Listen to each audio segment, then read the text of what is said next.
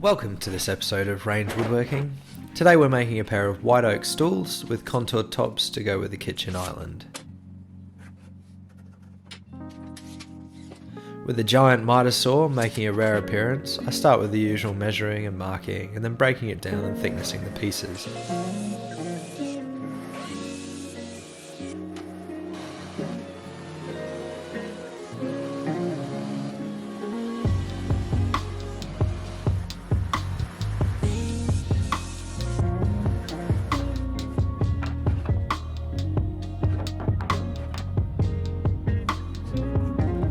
Taking a moment to choose my display side and label the pieces, it's time to use the track saw to make one of the edges straight. Then I mark the boards as fence and saw, so that even if my table saw blade, is off from 90 degrees, it will create complementary angles to keep the panel flat during glue up. Chris and Sean at Four Eyes Furniture go into this a fair bit on their channel, so be sure to check them out for a much better explanation. I'll link their channel below.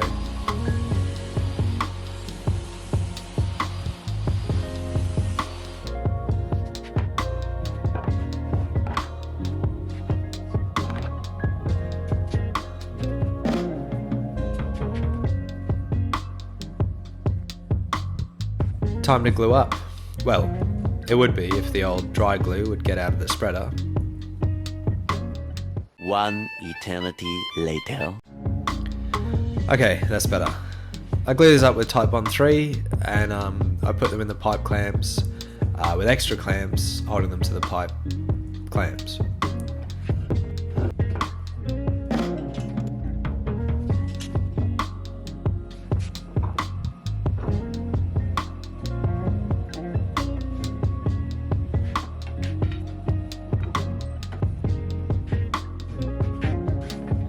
Then I wipe off any excess glue before starting on the legs.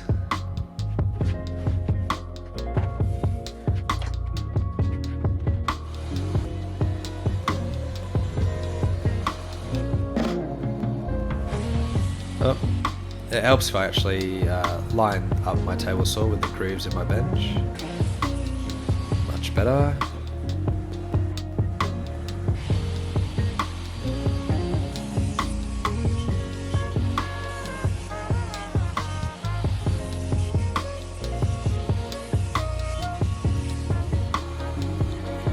And once ripped into sticks, they go through the... Come on, sort it out. You can do it. Okay, so they go through the thicknesser to make them nice and square.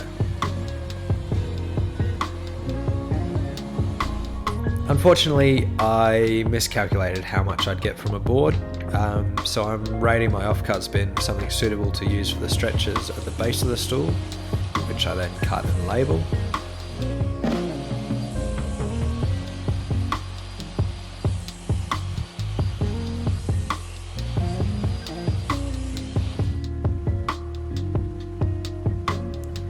Then I prepare some extra pieces to make the triangles that the tops will attach to.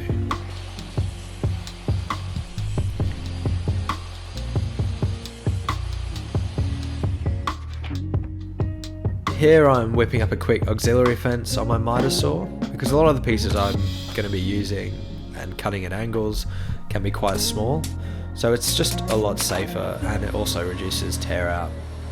I'm cutting a 30-degree angle on one end, and then I'll use an offcut as a stop block to cut them all to the same length. These pieces will make a triangle with half laps at each point, which I'm trying to demonstrate here with some pretty poor dexterity. Ta-da!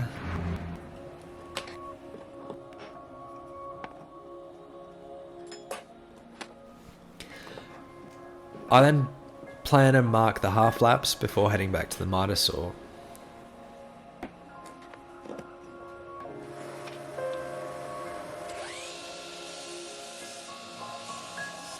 Using a stop block and the appropriate depth stop, I use the miter saw to cut away the material for the half laps. That's much more satisfying.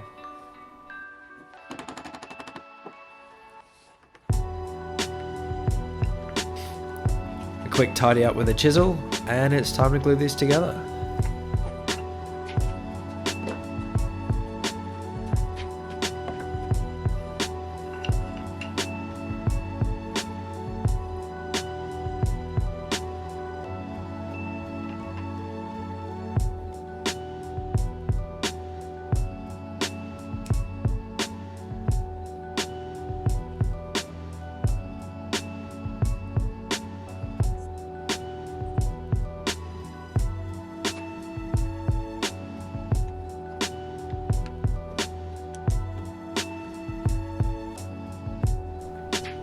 Despite me clearly labelling these as the top of the stools, here I am ignoring that to measure and mark the centre of my circles. I proceed to continue ignoring this and drill the pivot point in the centre of these circles and leave the drill bit in situ for my circle cutting attachment on the router.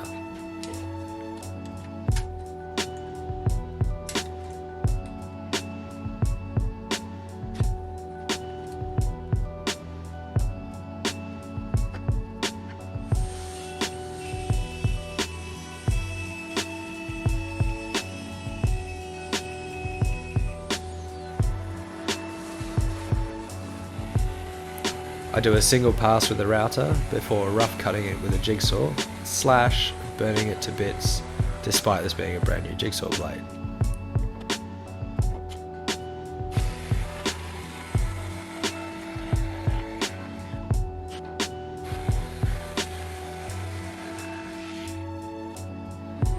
Then I use a flush cut bit on my router table to tidy it up.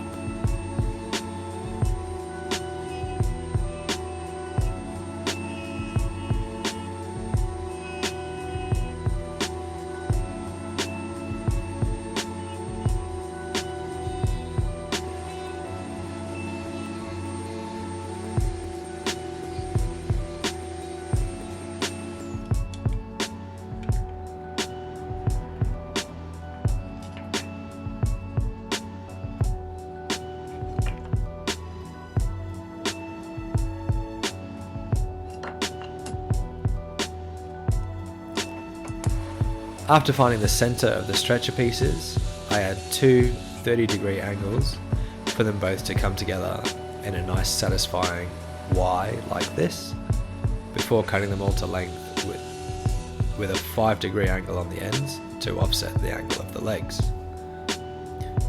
Because the legs are on a 5-degree angle, I can't just drill dowels in at 90 degrees or the stretchers won't be level. So I'm making a dowel jig here to consistently drill for the dowels and the stretchers.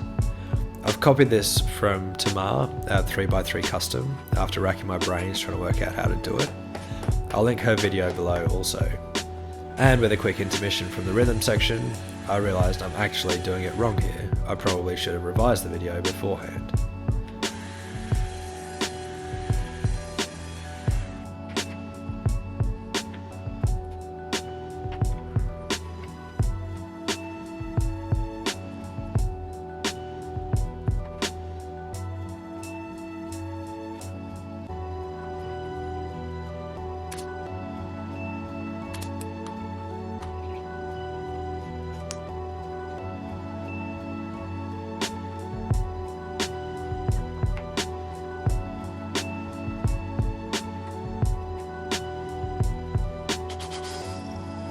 This still worked, just not as accurately as I'd like.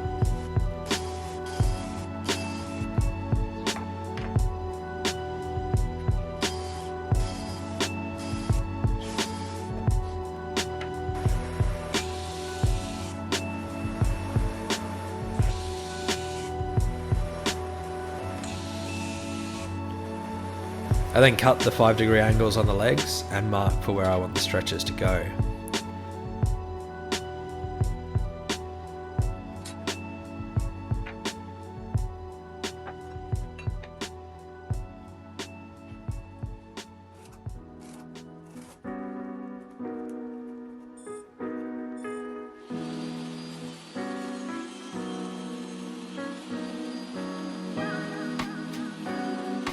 I have to reuse my jig from before for the correct spacing and then shim it for the legs to mark and drill.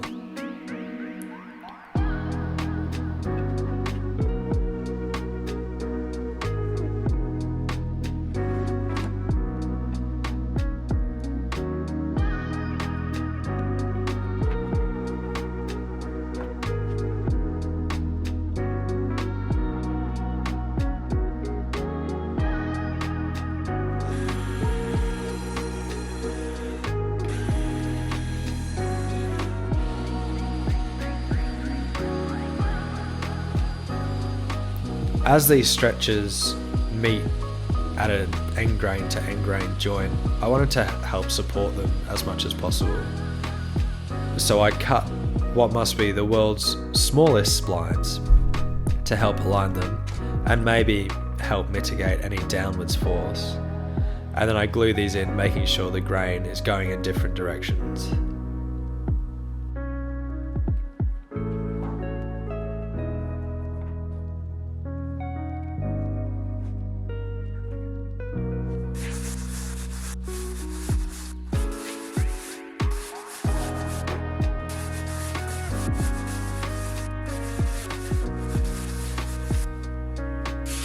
Hand sanding here with 80 and 120 grit paper before being thankful I'm wearing a mask, and having a quick air shower before putting a 3mm round over on just about everything.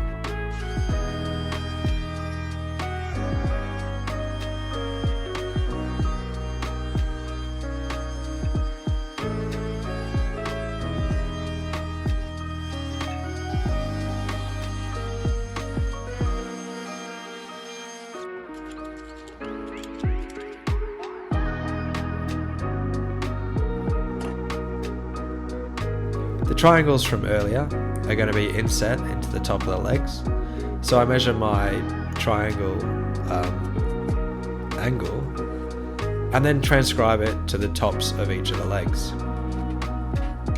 I use my router with some chunky offcuts for support to clear these out, and then finish it up with a chisel.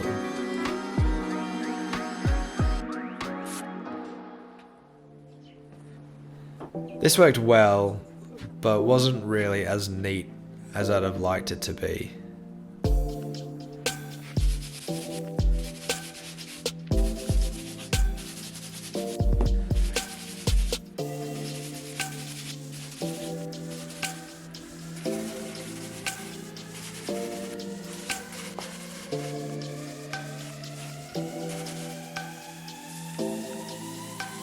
Oh, good. More roundovers.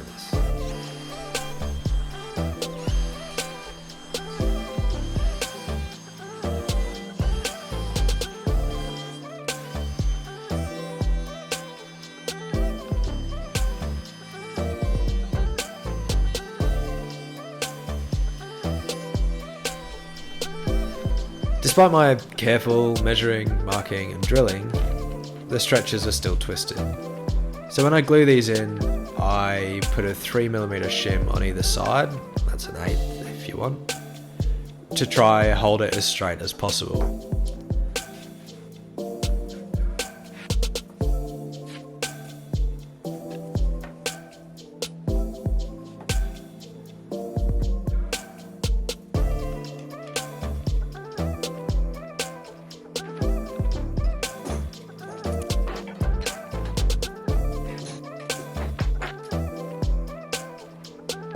Time to declamp and tidy up any leftover squeeze out.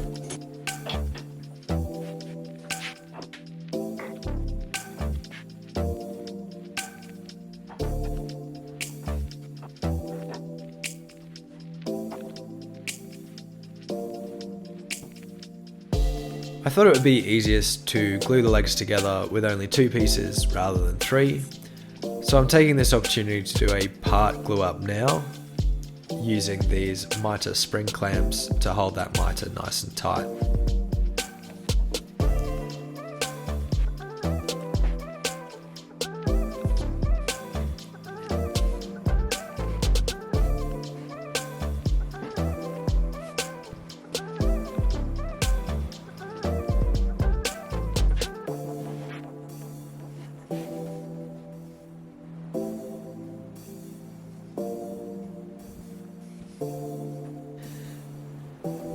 Now it's time for the experimental part of this build. I'm going to power carve some rump contours into these tops.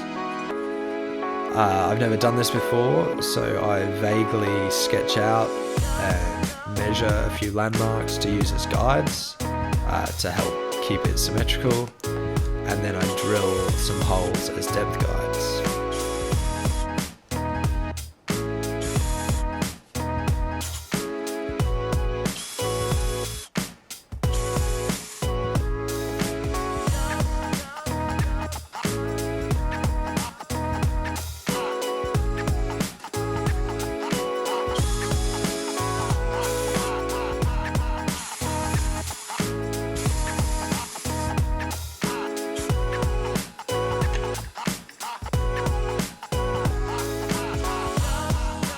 Despite never doing this before, I know power carving's a messy job, so I roll on outside and get started. It looks like my table saw fence is unimpressed and making its own way back inside.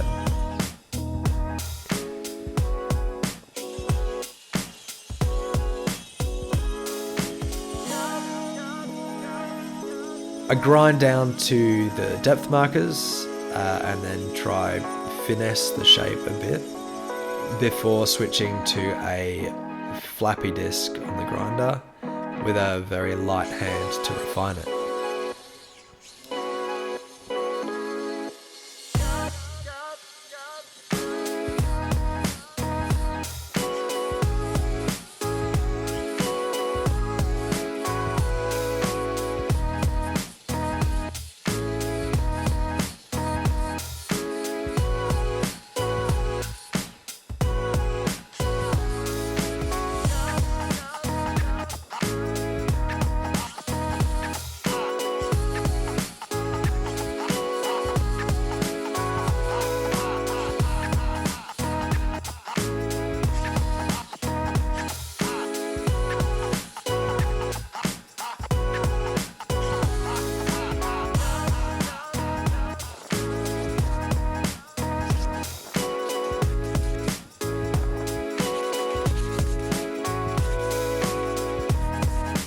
I then finish it up with hand sanding to oblivion, apparently. I even managed to get myself a blister on my thumb.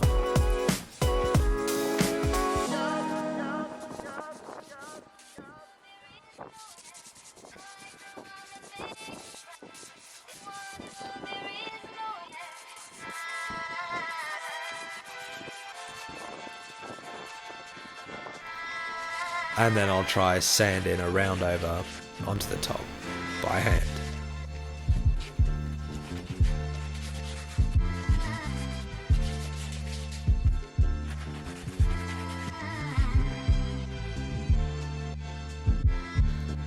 Time for the third leg to join the party. I genuinely thought this would be simpler.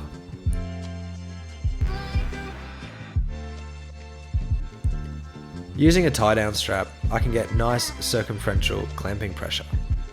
I know, big word, I must be on form today.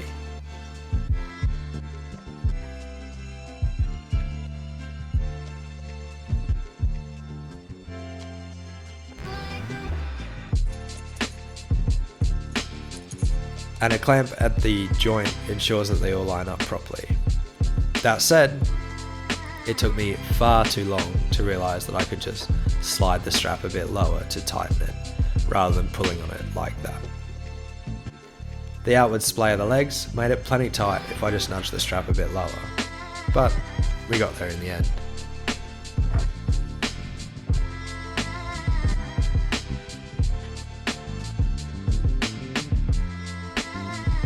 Unfortunately, the triangles I made earlier are too large for the top of the stools because I didn't pay close enough attention to my plans. So off camera, I quickly trimmed them down to suit.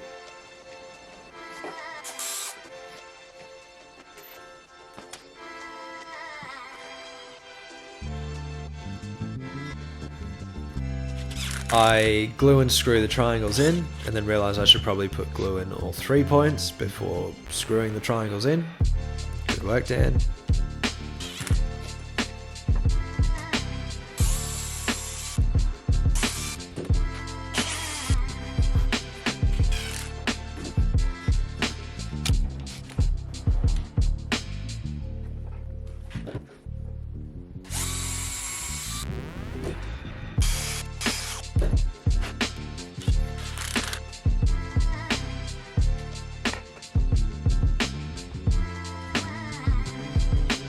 Okay, well, time for a nervous, hesitant test drive. Not bad, but they do rack a bit. So my initial fix for this is to put some splines in the gaps at the top, which looks a bit messy, but they're hidden under the tops anyway.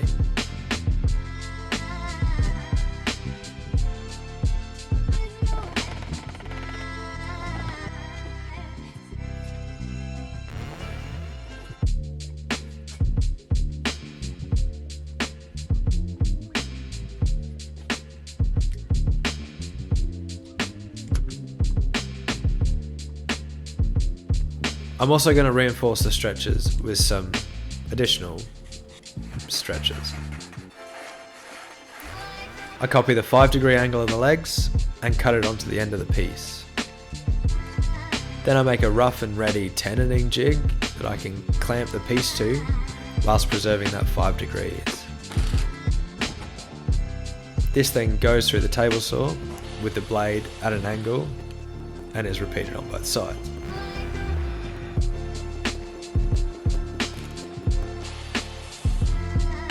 Very nice. These then get a sand and a round over off camera before being glued on. I use the offcuts from the tenoning to use as complementary clamping pieces. Again, 4 Eyes explain that better than I can, but basically these allow the clamp to operate despite the angle on that piece. That said, I probably should have super glued or used the blue tape method because they're just sliding all over the place with just the tape. Time to make some dowels the wrong way again. I've got an 8mm hole in some mild steel and an 8x8 stick of oak. I'm going to use a block plane to try reduce some of the extra waste before drilling the stick through the hole. Oh, lovely close up of the battery there. Anywho, I need to make a dowel plate and then I can just go down through the sizes in a much neater fashion.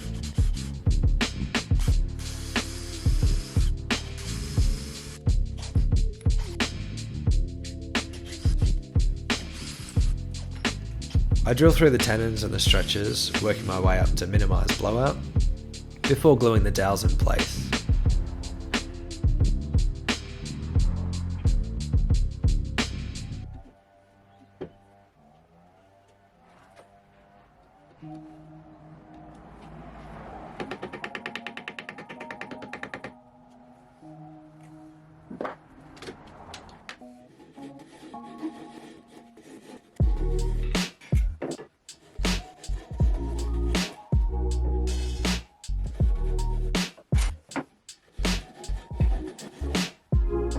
Once dry, I don't waste any time before flush cutting the dowels and using a chisel to flush them up.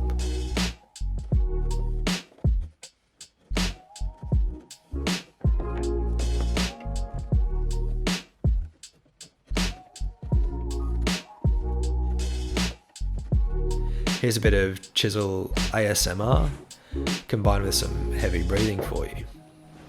You're welcome.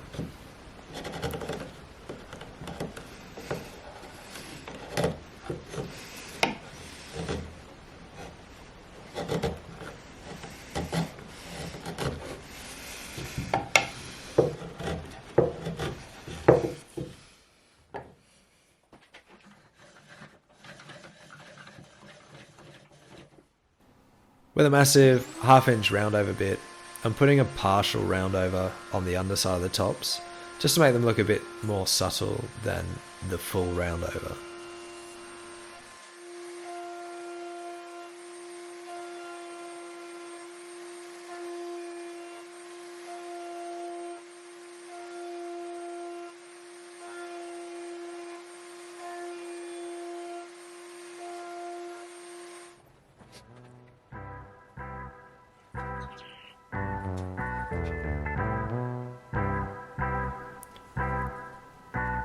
I'll attach the tops with these figure 8 fasteners. They get recessed into the triangles here using a 16mm Forstner bit.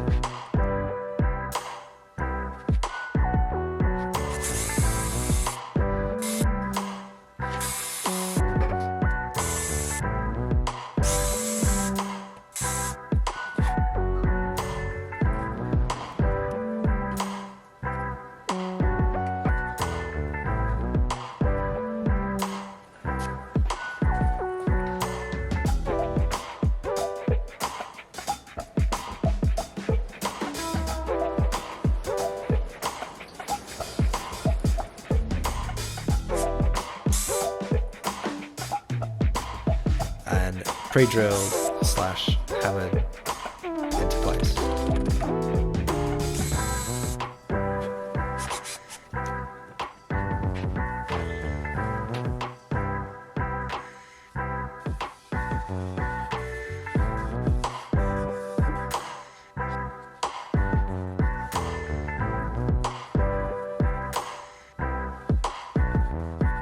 Time for finishing.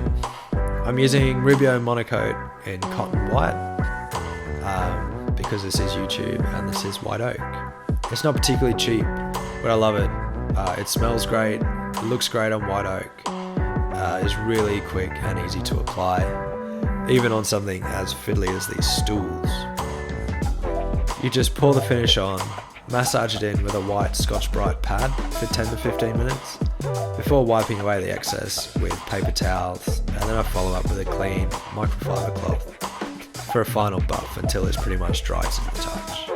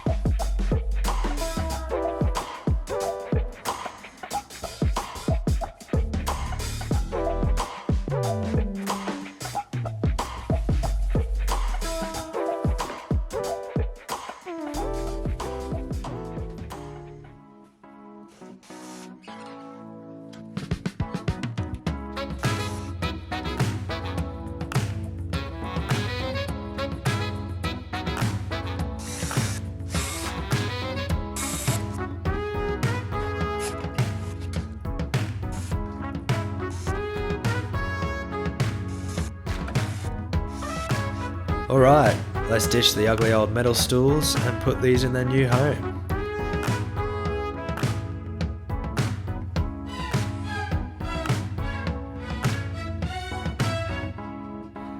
I'm really pleased with them and I'm pretty sure Cherry approves. I hope you've enjoyed this video. If you have, please consider liking and subscribing. Until next time, take it easy.